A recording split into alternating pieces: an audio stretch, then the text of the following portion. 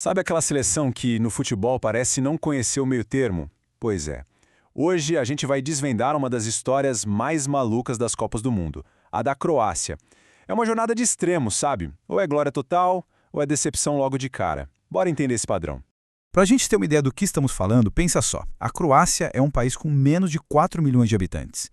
No palco da Copa do Mundo, isso faz deles, estatisticamente, um azarão quase sempre.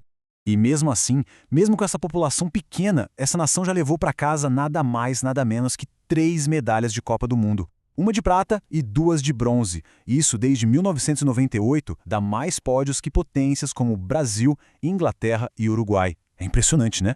E aí que fica a grande pergunta, o mistério que a gente vai tentar desvendar aqui.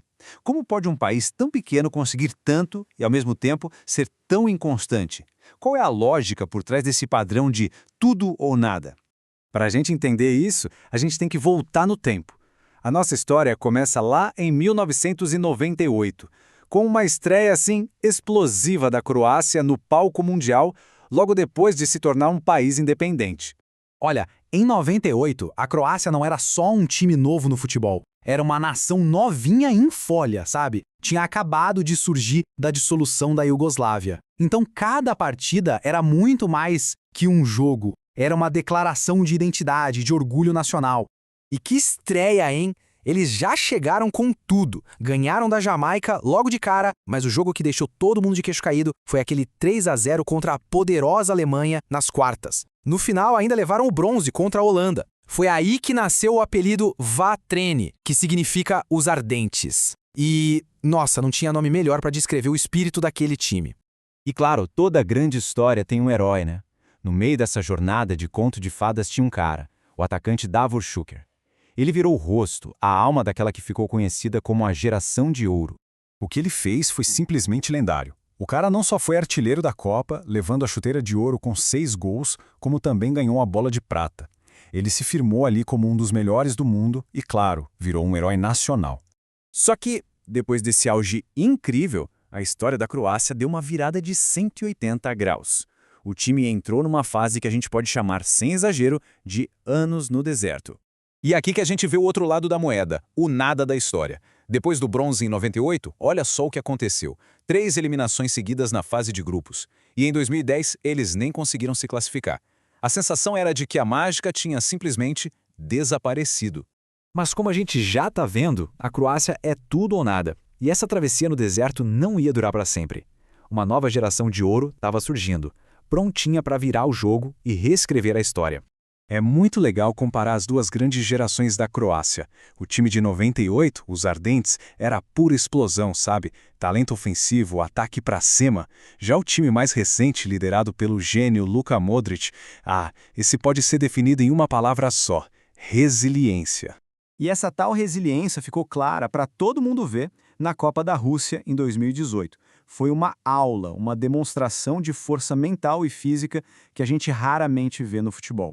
Dá uma olhada nesse caminho que eles percorreram. É surreal. Foram 3 jogos de mata-mata seguidos indo para a prorrogação. 2 deles decididos nos pênaltis. Eles foram o primeiro time na história a chegar a uma final depois de passar por 3 prorrogações seguidas. Isso não é só garra, é outro nível de resistência.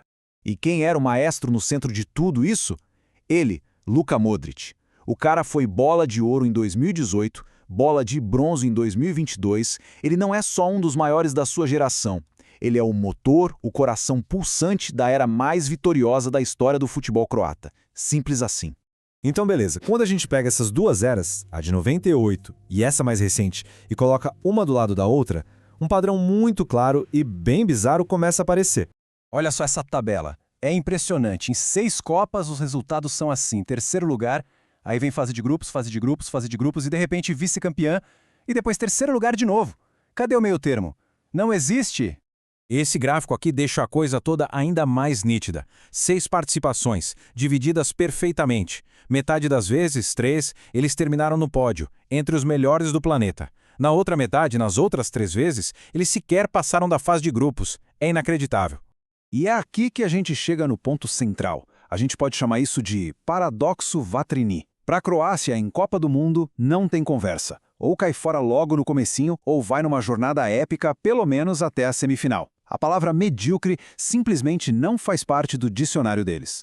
Ok, com esse padrão maluco mais do que estabelecido, a pergunta que não quer calar é: e agora? O que o futuro guarda para esse time tão fascinante? A Croácia já está garantida na Copa de 2026 e, se a história nos ensinou alguma coisa, o padrão nos dá apenas duas opções, né?